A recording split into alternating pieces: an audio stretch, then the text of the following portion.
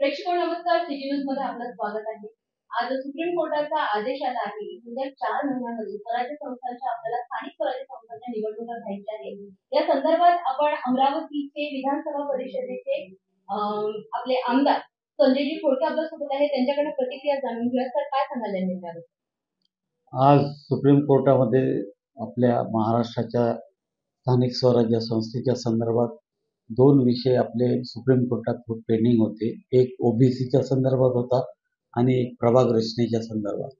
तर कोर्टाची जी overall order जी कोर्टाने केलेली आहे त्यातून एक क्लिअर होत आहे की जे 27% आरक्षण 2022ला जे आरक्षण होतं त्याच्याप्रमाणे निवडणुका घ्या असं त्यांनी सांगितलं. तर 22ला 27% ओबीसीचं आरक्षण होतं, त्यानुसार निवडणुका घ्या असा त्याचा अर्थ निघत आहे. कारण की अजून पूर्ण क्लिअर ऑर्डर आलेलं नाही आहे. आणि दुसरा इश्यू होता पेंडिंग आपल्या प्रभाग रचनेचा आणि वाढलेले होते त्या संदर्भात ला विषय एक पेंडिंग होता. परंतु त्या संदर्भात अजून क्लिअर कट काही ओरल ऑर्डरमध्ये तरी काही आलेलं नाही. परंतु आता डिटेल ऑर्डर आल्यानंतर त्याच्यातून त्या निवडणुका नवीन प्रभागाने घ्यायच्या. कारण की त्याच्यात 2-3 निर्णय आपल्या इथे झाले होते. देवेंद्र फडणवीस आणि मुख्यमंत्री एकनाथ शिंदे ज्यावेळेस सरकारमध्ये आले त्याच्या आधीचं सरकार महाविकास आघाडीचं होतं. त्यांनी 3चे प्रभाग महानगरपालिकेच्या संदर्भात केलेले होते आणि ते सरकार आल्यानंतर त्यांनी त्याला स्थगिती देऊन 4चे प्रभाग त्यांनी फॉर्मेशन केलं आणि त्या 4च्या प्रभागाच्या फॉर्मेशनवर पुण्याचे जगताप हायकोर्टात गेलेले, सुप्रीम कोर्टात गेले होते. परंतु त्या याच्यात काय निर्णय झाला हे अजून क्लिअर नाही. कारण की जर प्रक्रिया चालू करायची आहे तर तो सुद्धा आपल्याला आदेश लागेल की कोणत्या नोटिफिकेशन प्रमाणे निवडणुका घ्याव्या. तर ते आज सायंकाळपर्यंत रिटर्न ऑर्डर आल्यानंतर खऱ्या अर्थानं त्याच्यात त्या ऑर्डरमध्ये काय येते आणि त्याच्यानंतर काय निर्णय होईल ते माहीत नाही. परंतु एक निश्चित आहे की 4 आठवड्याच्या आत नोटिफिकेशन काढण्याच्या सूचना त्यांनी केलेल्या आहे. तर ते 100% 4 आठवड्याच्या आत नोटिफिकेशन निघेल. परंतु नोटिफिकेशन काढणे एक ऑर्डर आहे. परंतु जर सरकारला त्याच्यात अजून वाटलं की त्यावेळेस पावसाळा आहे तर पावसाळ्यामध्ये निवडणुका घेऊ शकणार नाही, तर त्या संदर्भात ते पुन्हा कोर्टाला विनंती करू शकते की 2-3 महिन्याची मुदतवाढ पुन्हा वाढवून मिळावी. या संदर्भात राज्य शासनावर निश्चितच विचार करेल, आयोग विचार करेल आणि त्या पद्धतीने 2-3 दिवसात सर्व प्रकरण काय राहील, निवडणुका कधी होतील हे चित्र स्पष्ट होईल. निर्णय जरी आला तरी तो पूर्णपणे पारदर्शक नाही. त्याची स्पष्टता पुढच्या काही दिवसात होईल आणि त्या अनुषंगाने मग पुढील निर्णय घेतले जातील असं एकंदरीत खोडकेंचं म्हणणं आहे. तर एक प्रश्न असा की सध्या शंका कुशंका म्हणजे चर्चा जेव्हा गोष्टी येतात किंवा चर्चा येतात तर या निर्णयानुसार चर्चा अशी होते आहे की कुठेही या निवडणुकीचा काहीही विषय नसताना सध्या जी आपली देशाची परिस्थिती आहे एकंदरीत भीतीचं सावट आपल्या देशात आहे जे सध्या पहलगाममध्ये झालं आहे त्या अनुषंगाने.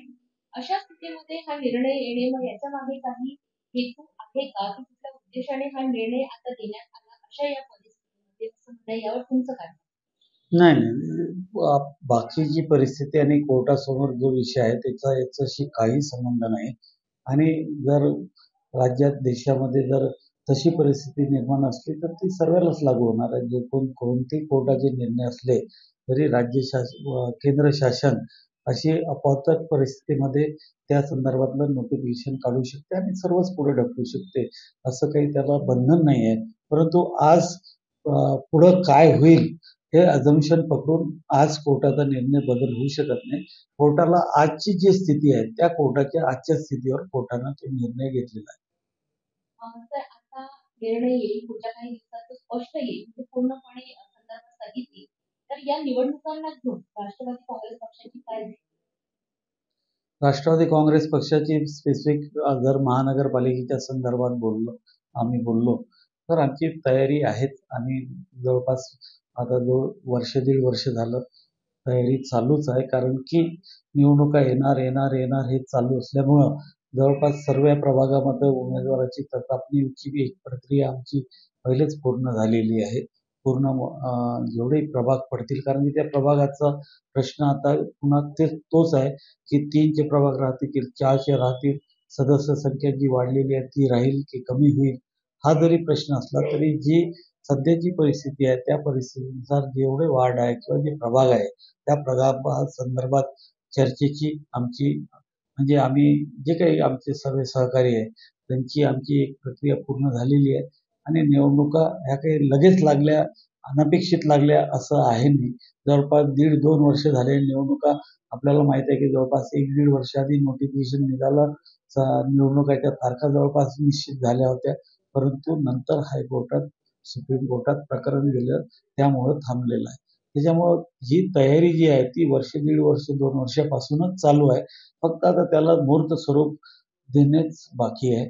कारण की निवडणुका करताना आपल्याला लोकांमध्ये राहावं लागते, लोकांसोबत लोकांचे प्रश्न घेऊन जावं लागते. त्या संदर्भात आम्ही नेहमीच लोकांमध्ये आहोत आणि लोकांचे प्रश्न घेऊन लढण्याचा, त्यांना सरकारकडून जे दिलासा पाहिजे तो देण्याचा प्रयत्न सातत्यानं चालू आहे.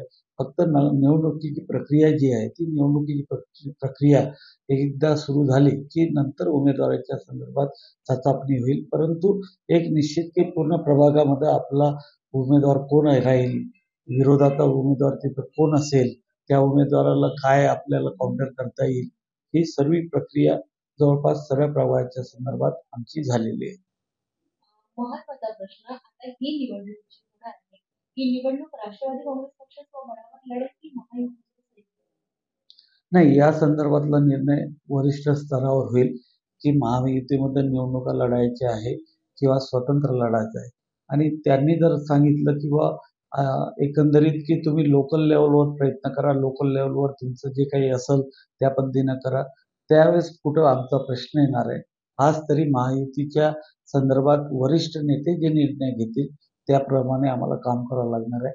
भविष्यामध्ये त्यांनी म्हटलं की स्वतंत्र लढा तर स्वतंत्र लढा लागेल, त्यांनी म्हटलं की महायुतीत लढा तर महायुतीत लढा लागेल. आणि त्यांनी सांगितलं की ते युनिट जे आहे, समजा अमरावती महानगरपालिका आहे तिथलं युनिट जे आहे त्या युनिटनी जे ठरवलं की बा आम्हाला स्वतंत्र लढायचं आहे असं जर ठरलं तर त्यावेळेस आमचा स्वतःचा विचार करण्याचा प्रश्न येणार आहे. आज त्याला त्या संदर्भात स्पष्टता नाही. शेवटचा प्रश्न, पती पत्नी दोघेही आमदार आहात आणि नक्कीच तुमच्याकडनं अपेक्षा जास्त असतात, मग अशा वेळेस कुठेतरी एक दडपण जाणवतं? नाही, दडपण कधीच जाणवत नाही, कारण की आम्हाला लढाईची सवय आहे, आम्ही लढत असतो.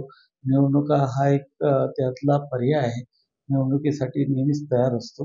त्याच्यामुळे दडपण राहणार नाही आणि लोकांना माहीत आहे की काम करणारे कोण आहे आणि कामाला 24 तास उपलब्ध असणारे कोण आहे. त्याच्यामुळे दडपण असण्याचं काही कारण नाही. तर प्रेक्षक हे होते आमदार संजय खोडके. नक्कीच येत्या निवडणुकीला घेऊन पूर्णपणे तयारी त्यांची झाली आहे. फक्त तारीख येणे बाकी आहे. निर्णय तर आलाय आता तो पुढच्या काही दिवसात आणखी स्पष्ट होईल आणि त्या अनुषंगाने पुढची पावले उचलल्या जातील. आता या महानगरपालिकेच्या निवडणुकीमध्ये पुढच्या ज्या स्थानिक स्वराज्य संस्थेच्या निवडणुका आहे काय होईल हे आपल्याला तेव्हाच माहिती